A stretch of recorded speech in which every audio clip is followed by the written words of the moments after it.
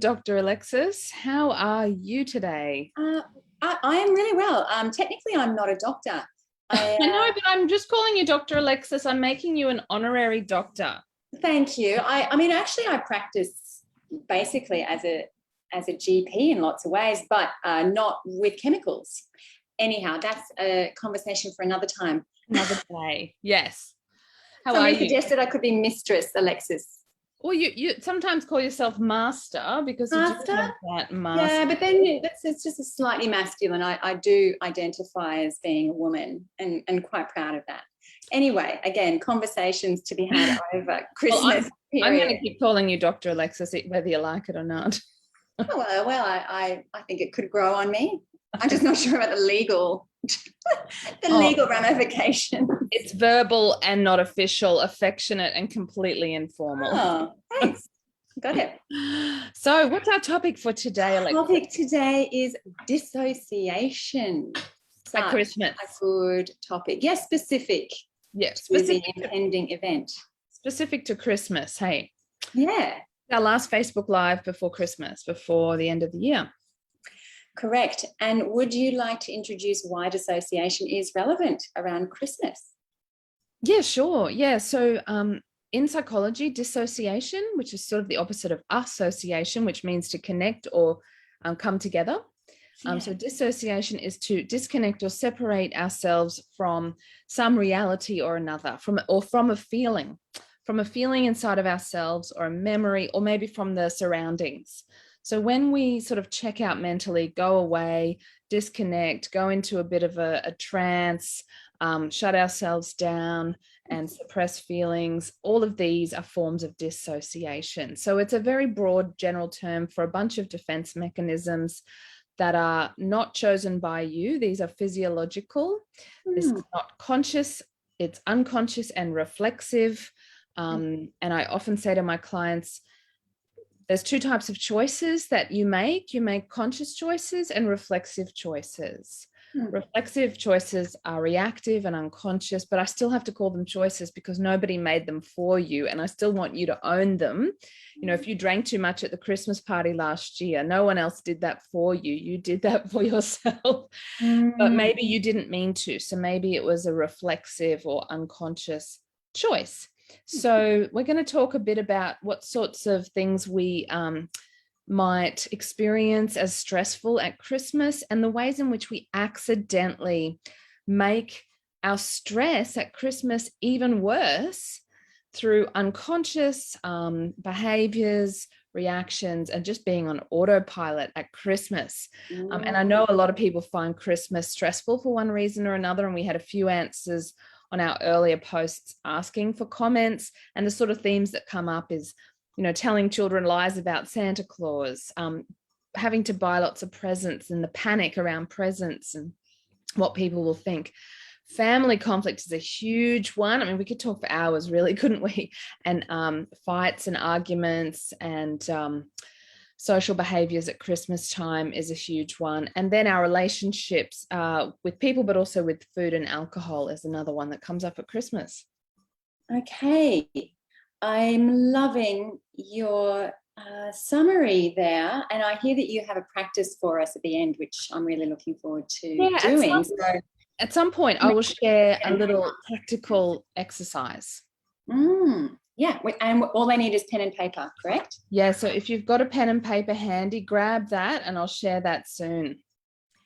So what I'm hearing is that autopilot may be a form of mild dissociation. Would that be fair to say? Yeah, I mean, mild dissociation happens to us every day. We walk to the cupboard and we can't remember why. We drove somewhere and we can't remember how we drove there. We react to our mother or our mother-in-law in a fairly kind of reflexive, automatic way, and we don't even know why sometimes. So this is normal. There's no shame in dissociation. And yet we do want to look into what we can do about this autopilot thing that happens to all of us. Very much so. I'm hearing it a lot in this space, that there's a kind of an angst, almost like a fuzzy anxiety in the background that I would, well, resonates with the term dissociation. It's almost like just an absence, a mild kind of absence from really being engaged with where I am, who I'm with, the totality of my experience. Yes. And the definition I came across, which is very much in line with what you've described, was a tendency to unlink from the present. Yes. Kind of an absence. Yeah, an absent-mindedness and an unlinking from the present moment, either inside of me or around me. Yes. Yeah. So that certainly from a yogic perspective is something that I can speak to. Yoga is completely built around presence, how we use breath, sensory engagement to connect ourselves with where we are and who we're with, what's happening, to help us to stay present even when there are old stories, old family stories, even when there's a multitude of pressures, as it feels like there is around Christmas. Often people are balancing family, kids on holidays, extended family pressures, even work. This transition from work to family is a particularly challenging time. So, that will be my focus, to keep us steady and grounded in the body. And if we have even time at the very end after our written practice, maybe we could even finish with a few breaths as we did in our earlier videos. That would be wonderful. I would love you to hold that in your awareness so we could do that. That would be terrific. Stunning. Yeah. And I think that there's so much value in exactly what you've said, Alexis, in doing whatever works for us to stay grounded, to stay aware, to stay linked to ourselves, so we don't switch off to ourselves, and connected to our surroundings. And I think that is step one. That is the essential first step, is to come back to right here, right now. Breathing in, breathing out, feeling yourself where you are in your physical body in space, and noticing, right here, right now. And I know that because we're talking about Christmas, that there's a step two that is needed as well. And the step two is, I guess, some intentions around communication and behaviors. Yes. Because I've talked to many people, and I've been on the radio and interviewed by magazines leading up to Christmas for many years in a row now. So I've got my stress less at Christmas kind of spiel down pat. And when I ask people, the number one, it's lots of stressful factors, but the number one stressor at Christmas is interpersonal strain and conflict. And I guess this can be because, a lot of us have taken time off work. We've lost our usual routine and structure. And we're seeing a lot of people perhaps that we don't normally see a lot of. Maybe they've come into state to stay with us or nearby. We're not at work, so we're not seeing our usual work colleagues. It might be people we only catch up with once or twice a year, and for good reason sometimes, because we don't have much in common, or we don't even get along with each other. And so if this is going to be the case, that you're going to be seeing people who perhaps you have resentments towards, or vice versa, it's good to be super intentional. And you and I were talking with a friend yesterday, I'm sure you'll remember this, who was talking about asking a very kind of pointed question on Christmas Day. And I said to him, I'm thinking maybe Christmas Day it's not a great day to be talking about really vexed issues. People are drinking, or they're already stressed, and there's children about often, or the circumstances are quite different. And so I often say to people, I've had clients tell me, I'm going to see my Uncle John this Christmas and I'm going to confront him once and for all. And I suggest don't do that. Yeah. Okay. So you're talking about if someone and there's obviously a reason, there's obviously a need. Yes. Absolutely. Yeah, that needs to be honoured. Absolutely.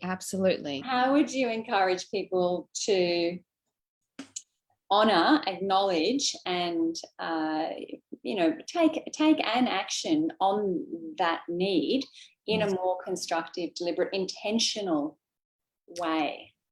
Yeah.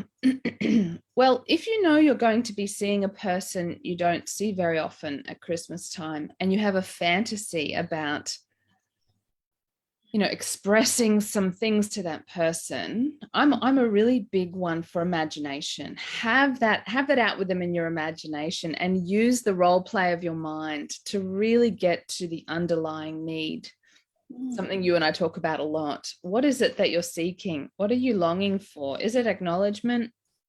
Is it mutuality?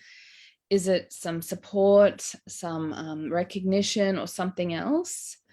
And once you're clear on what it is you didn't get with this person in the past, you could consider whether you could have a nice, sober, private conversation with them at Christmas time or another time. And if possible, I think another time that's not Christmas Day would be better, because then it conflates two things that are perhaps distinct and worthy of being made distinct and kept distinct. That's just my overall sort of sense of this. But it's certainly, I'm not talking about dissociating from your feelings, and I'm not talking about repressing or suppressing feelings. I think get them out on paper in your imagination, and then be discerning. Is Christmas Day really the day for this? Or could I let it go? Perhaps it's not that adaptive or necessary to, give them a piece of my mind, or even express, we've still got to pick our battles and decide how we want to use our energy. What I'm noticing as you're talking is that Christmas Day gives us material, and specifically it connects us to our longer standing values. And this is just occurring to me because, as you said, we don't see these people every day. So they're not the day-to-day values that you might have, around connection, intimacy, support. Yeah. They're the longer standing ones around dignity and around fairness, family equality. And they only come up, in these once a year situations. No wonder people are feeling that they're putting on a mask, or they're there out of obligation, when the authenticity would lead them to really honour these long-standing values. And that, as you say, because Christmas is not the time, even though they may be bubbling up inside the experience, the inner experience, we can't, it's not appropriate, it's not socially appropriate to air those needs.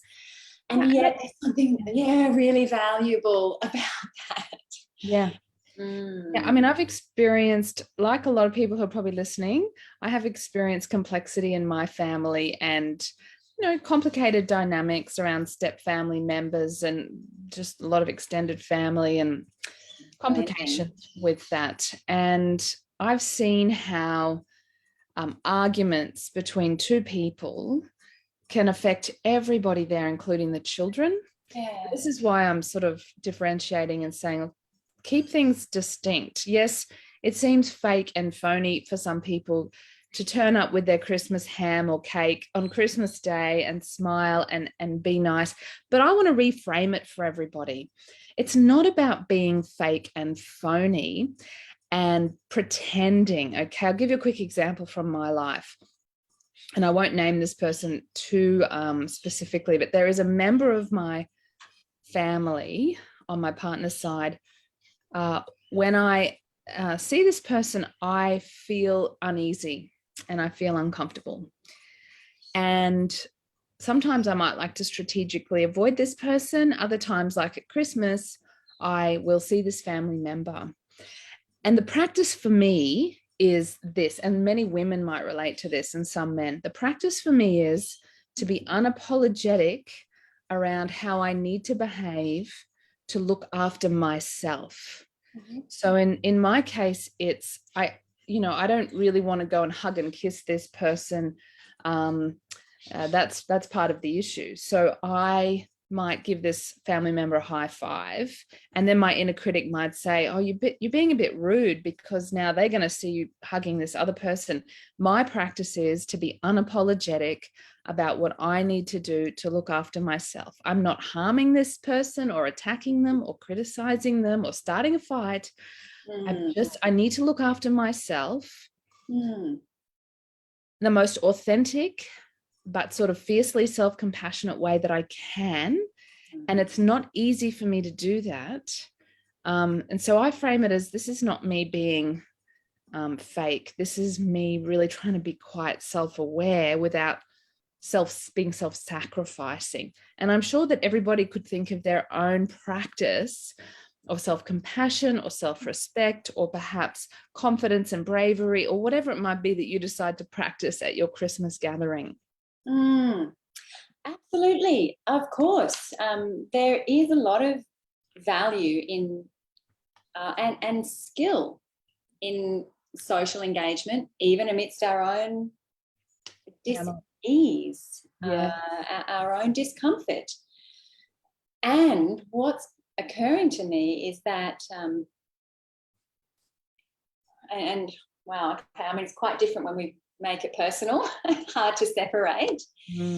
But when I hear you talk, I can't help but wonder whether honouring the underlying needs, which I'd love to ask you about, may actually make it easier to socially engage. If I've acknowledged my needs first, if I can say, when I see this person, I feel uneasy because I need... What is that? What do you need, my darling, in that moment? With that person in that moment or situation, I think I need a sense of ease, like you said, a sense of respect. There's something in there very much about respect, comfort, ease, and space. I actually appreciate a degree of space. This person struggles with personal boundaries and physical space. And so, I think you're right, though. When we tune in with our needs, I'm feeling this difficult feeling because I want something and I don't get it, or in the past I haven't got this. What is this? What is it? Then I can honor myself and stay by my convictions. You know, if I've made a decision to act in a way that is self-loving, self-respecting, or loving and respecting towards somebody else, then I want to stand by that conviction, knowing what needs I'm supporting. I absolutely agree with you on that one. And then it doesn't feel like a compromise. Then as I'm sure you'll touch on again, but that the action is not that different, and yet there's a difference in the quality of the experience, as you've identified that need for a boundary. Then in fact it may open up the conversation. Boundaries I find are quite fascinating. I often think they're going to cause distance and disharmony. In fact, in experience, boundaries seem to help clarify, put people at ease, myself at ease, and then perhaps through a kind of a co-regulation, put someone else at ease. That, okay, good, now we know where that is. Now we can operate, we can relate, we can relax into this. Yeah. And it's such a big topic that you raise. It's probably a whole Facebook live stream for early next year on boundaries, maybe even in 2 parts, because it's such a, boundaries are really a kind of a yes and a no. What's okay with me and what's not okay, or, my level. Okay. It's a yes or a no, or a degree of involvement, like how involved or how not involved do I allow myself to be in this. That's another kind of a boundary. Or there might be boundaries around confidentiality, keeping things private for people when we've agreed to keep them private. And there's a few other boundaries I'd love to speak about at another time in another conversation. But since we've got 20 people listening right now, I'd love to take this chance to talk about, actually to show you my stress checklist and to talk people through it. There's a couple of comments I'm seeing here. Mia says that she's about to spend some days on a houseboat with people she hasn't seen since she was quite young, and she's quite nervous. So this exercise, I think, is going to help you, Mia. And Lisa Renee says, what are some thoughts on what to say on uncomfortable topics brought up by others? Topics I wouldn't bring up myself. And is absence or silence acceptable as a boundary, or is that a bit too harsh? So I want to reiterate, and that was Teresa. So for Teresa and Lisa and for Mia and everybody listening, I'd like to reiterate that, you know, whether you decide option A or option B, so to talk to that person or not talk to that person, or to shut that topic down, or to engage in that topic, or to drink alcohol or not drink alcohol, or go to the Christmas party or don't go to the Christmas party, or tell your kids Santa is real or not real, or, you know, like, I never want to tell people whether to choose A or B, but I'm really interested in their process of how they arrive at their own decision. And is it based on an awareness of their needs? And is it intentional? You know, are they kind of processing their thoughts and values and feelings, or are they on autopilot, like we were saying before? So I think this exercise speaks to this coming out of dissociation, reassociating yourself and reacquainting yourself with yourself and with your situation. And so if you have a pen and paper, can I ask you to grab it now? And I'd like you to divide your paper into 2 sections. So you can see I've got a squiggly line down the middle of mine, but divide your piece of paper down the middle. Now, the heading I've given mine is, I just called it my stress checklist.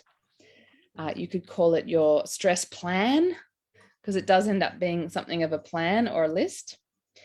And on the left-hand side, I'm about to sneeze. So if I keep kind of looking a bit funny, I have a sneeze. Let her rip. It's one of those sneezes that's not quite coming. So it's taunting me. Take a short breath. You'll just tickle and irritate, and then it will stimulate, and you can get it out. The sneeze is a healthy reflex. I've just taken a deeper breath, and now it's gone. That's good. Okay, so on the left-hand side, we're going to make a list called things that make stress worse. Things that make it worse. So I'll tell you what I've written on my checklist of things that make it worse. And I was specifically thinking about the holiday period. This is during the holiday period. This is things that make it worse for me, stress worse for me. So having to do food preparation on the morning.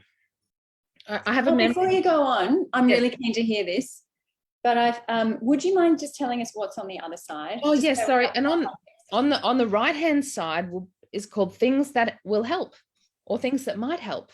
So things that exacerbate stress and things that ease stress. Ease stress, exactly. I really love it, Rachel. In our workshops, when you speak really generally and allow all of us participants to let out what's coming from inside of us, you facilitate reflexive practice quite beautifully.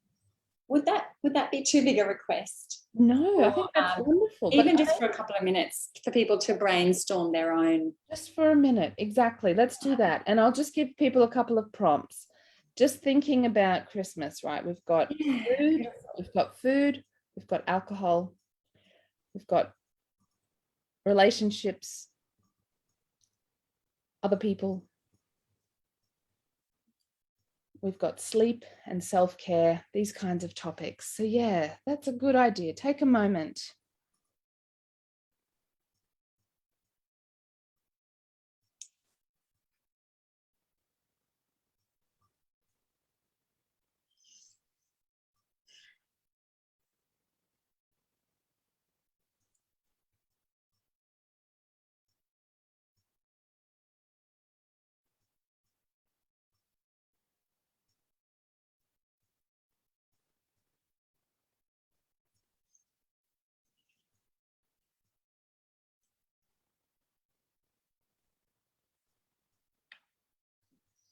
And if you've just joined us, we're making, everybody's is listening in, is making a list of things that exacerbate stress during the holiday period. So please feel free to write down a couple of things. Beautiful. Thank you for that that space. Now, yeah, no worries at all. And people can continue to add to their list as we go along. And what I like to do is, as I wrote down each item on my... Yeah, I'd love to hear yours. I'm sure it will trigger some that I haven't considered. I'm happy to read them out. And then on the right-hand side, I thought, well, what can I do about that? What's my agency? So on my list was food preparation in the morning, drinking alcohol, worrying about... exacerbators. These are my left-hand side list. Yes. Thank that make it worse. Drinking alcohol, worrying about what others will think of my house and my presence and my hair and whatever else my mind can find to worry about.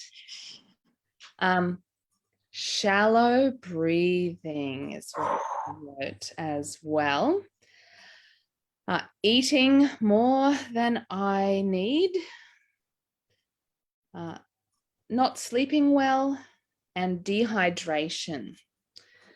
Now, if you've lived enough years as a human, you'll probably have memories of holiday periods where you did some things that may have not helped you out. So that's my list. And then let's give everyone just 1 minute to write the list on the other side of the paper of the things that might help. It doesn't have to be one-to-one correlated. It could be quite, just off the top of your head, or you might actually think of a helpful remedy for each of your items. People may even have some unique contributions in the comments. Yeah, I'd love to hear what people have written on their list. Comment to us all, but yes, if you followed a line of thought a bit deeper, then that would be helpful to share in the comments. Likewise, not only those things that exacerbate our experience of stress at Christmas, but if you have any unique or deeper ways to ease stress. And I think we've even touched on a few of those in this conversation, Rachel. Boundaries has been coming up as a theme, as a self-care theme. Yeah, and that starts with your own self-talk. And one of my antidotes on my second list is to be unapologetic. Yeah, I love that. Unapologetic. It's such a good phrase. So helpful. As a female, I've been socialized, like a lot of females, to be very, very concerned about how what I do might impact others, sometimes to the point where it's maladaptive. Really, if my floors are a bit dirty, does that really affect other people? Really? If my presents are a bit ordinary, is that really that impactful? I want to just be unapologetic about who I am, where I am in my life. I can't be all things to all people all the time. I think it's crucial, actually, for a functional existence that we don't engage in an outside-in perspective. I think it's essential to just put that time to something more constructive. In brief, it's not to say that we do, again, socially inappropriate things. Obviously, we are all receiving feedback from those around us, but to know ourselves, and this is where a practice like what we use in our practice groups facilitates my knowing of myself and my knowing of my values, so that I can be unapologetic. If I know myself well enough, then I can trust myself, and I can let that be more solid, more concrete, more comfortable. And unapologetic. I like that. My old business partner who started North Brisbane Psychologists with me, who's now in her 60s. Hi, Karen, if you're watching. She still watches these sometimes. Gorgeous. She taught me about this just through role modeling. She's quite unapologetic about who she is. And you can really sense when somebody feels comfortable in their own skin. And it's very inspiring. It's not always easy to do. One of my other antidotes, my things that help list, is to belly breathe. So in a few minutes, I would like you to show us how, again, remind us about belly breathing. I'm just going to check the comments, Alexis. Thank you, Rachel. And yes, my apologies that I disconnected from our conversation. I need to check also. So yes, let's take a look. So anyone who'd like to leave comments about things that maybe make stress worse at Christmas that you do, it could be something you do in your own head or your behavior, and then something you could do about that. This is coming back to your circle of control. You know, you can't control the way Uncle John behaves on Christmas Day, but you can control or influence the way you think and the way you respond. And that's what this exercise is getting at. Now, while we're waiting for people's comments, because I know there's a delay, Alexis, I would like to tell a really quick story, particularly for Jaron, who made a funny comment earlier. Hi, Jaron. He said, things that make stress worse, almost sneezing on a live stream. Thanks, Jaron. I want to tell a quick story to come back to the spirit of Christmas. I think it's easily lost. You know, we've been so hijacked by commercial capitalism and by retailers, and this adds to the pressure of having to be perfect at Christmas and have perfect, buffet and the perfect present and all of that. Now, Santa Claus to me is an archetype. This is what I wanted to say, and we'll come back. I just wanted to share this though. To respond to a couple of comments from earlier today. The archetype of Santa Claus is Saint Nicholas, who was an actual saint in the 4th or 5th century, who was a rich bishop. He'd inherited lots of money when his parents died young, and he was aware in his town, in what is now Turkey, so the original Santa Claus was from Turkey, that there were poor single parents in his village, and he didn't want them to know that he was going to help them out financially, because he didn't want them to be beholden to him. So he would drop bags of gold at nighttime down their chimney, so they'd wake up and find gold in their fireplace. And this became a mythology, an urban legend of like, who's dropping the gold, the little bags of gold, into the fireplaces, into the chimneys. And the mythology is beautiful, because St. Nicholas did not want anybody to know. He didn't want them to feel obliged to pay him back or guilty in any way. So this is why he did it anonymously. And that spirit of Christmas has actually lived on in the Santa Claus mythology.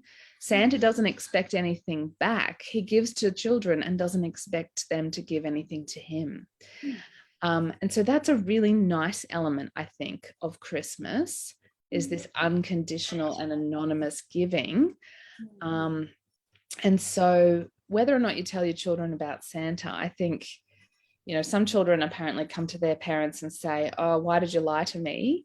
Well, we could tell them the mythology of unconditional giving and of anonymous helping, and that is the spirit of it, and that this is inside all of us, this desire to be generous and supportive and helpful. And so if we come back to that intention inside all of us, that's not self-sacrifice, that's not masochism, that's just, I like to see other people happy. And I think that that's still there somewhere in all of this. As you're speaking, and I so appreciate that story. I actually hadn't heard that, Rachel. It's a really beautiful story, and you tell it so with such with depth and wisdom, and the historical component is really, that's really a beautiful story. And it's occurring to me that it's almost a rite of passage for a child, and I would say that it happens at other times where a child has a delusion and that delusion is shattered. And it must happen for children without parental knowledge even. And it must happen to us all a lot, where we think that there's fairies and we might play fairies and we might really engage with that, and then the realization, sorry for those who still believe in fairies, but, the delusion was the fairy. but to ritualize it as Father Christmas or Santa Claus, and then that breaking, that shattering of delusion is an opportunity then to build an attachment, to build a secure attachment, that when that happens, you know, I can be here for you and I can hear you, I can be available to you, and we can, you know, experience that disappointment, which is often it's a massive disappointment for a child. I remember it. It was a shock to the system.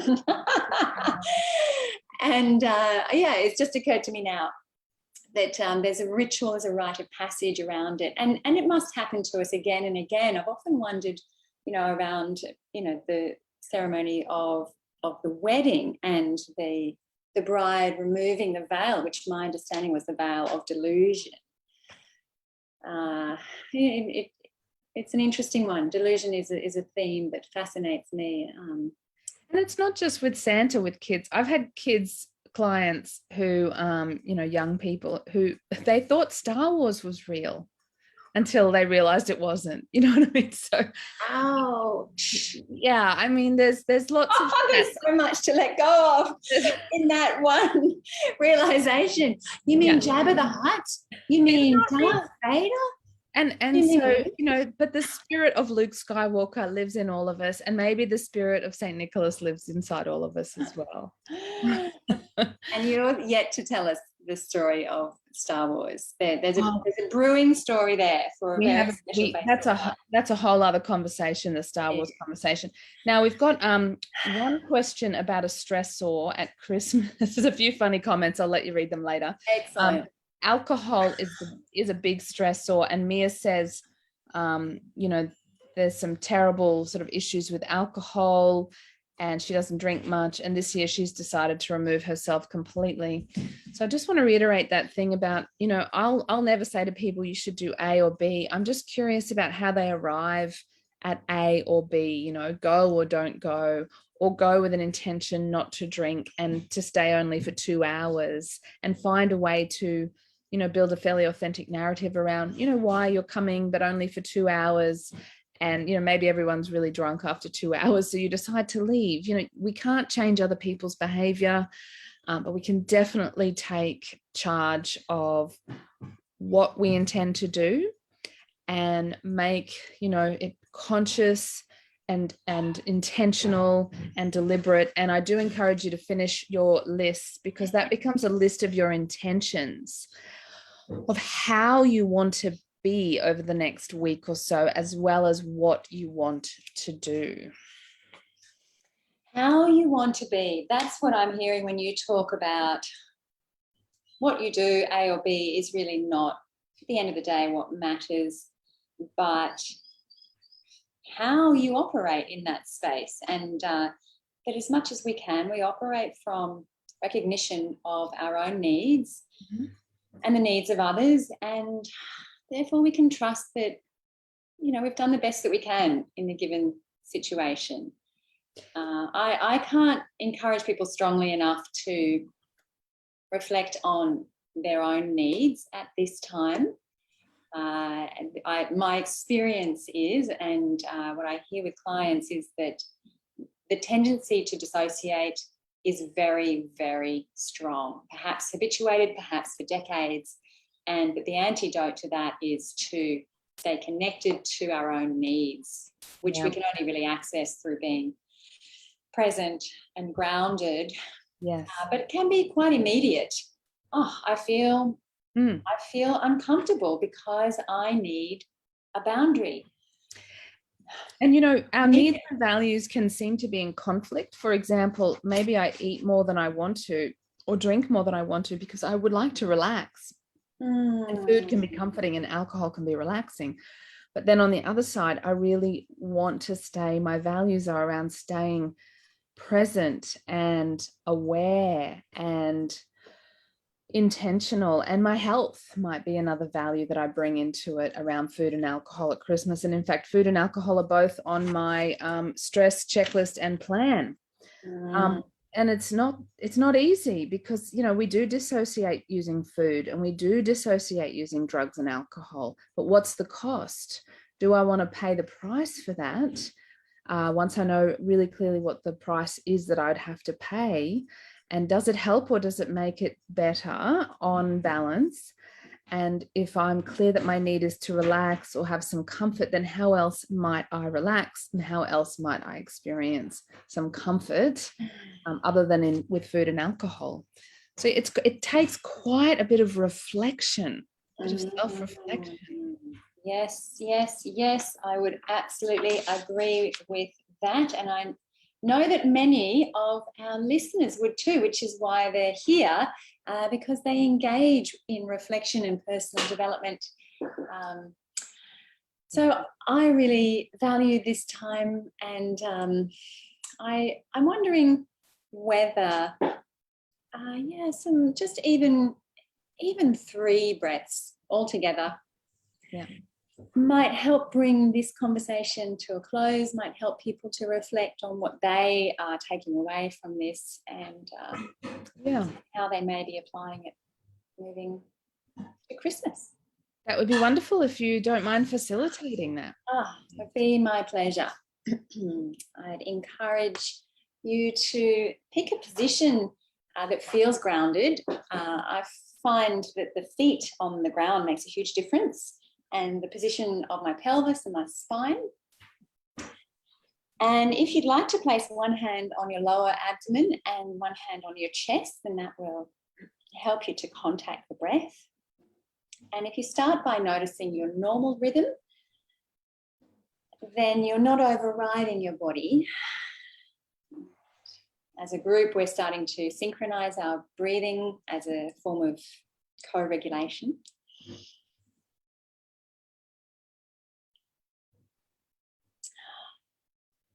So that at the end of your next exhale, you can allow a little pause.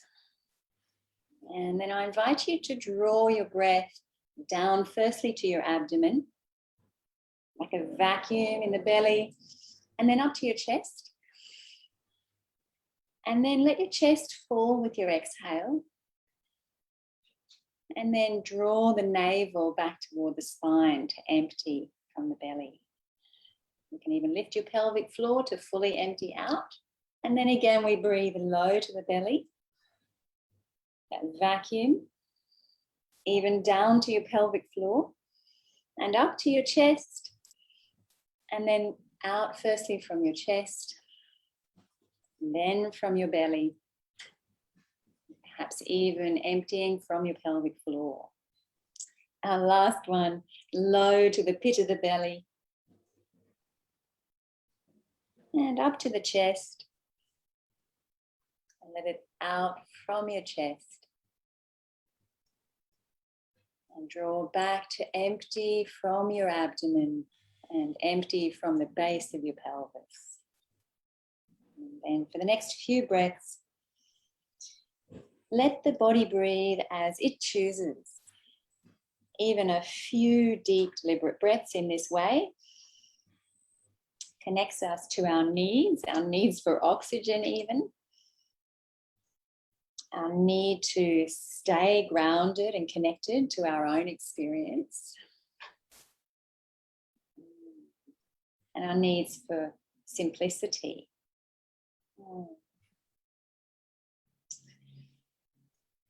So I hope that was refreshing, and thank you. My pleasure. Now, when will we be back, Dr. Rachel? That's a really great question. Next Sunday is Boxing Day. And if you are around, Alexis, then I am also around. Yes. Well, I quite enjoy the challenge of joining these conversations from wherever I am. I will be heading down to the Pittwater. Okay. And we fly down that morning, but I should have settled in by then. So I'd say there's a very high chance that we'll have a beautiful water backdrop. Lovely, lovely. Well, I'm happy to facilitate further on dissociation as a topic, or perhaps who knows, but I'm happy to lead that one. And if you are just able to grace us with your presence, that is more than enough. I would love to. That sounds great. All it's right. a date. We'll let you know, listeners, if something comes up. Otherwise, we will look forward to seeing you then. Yes. Stay safe, everybody. And yes. And have a Merry Christmas. Yes. Yes.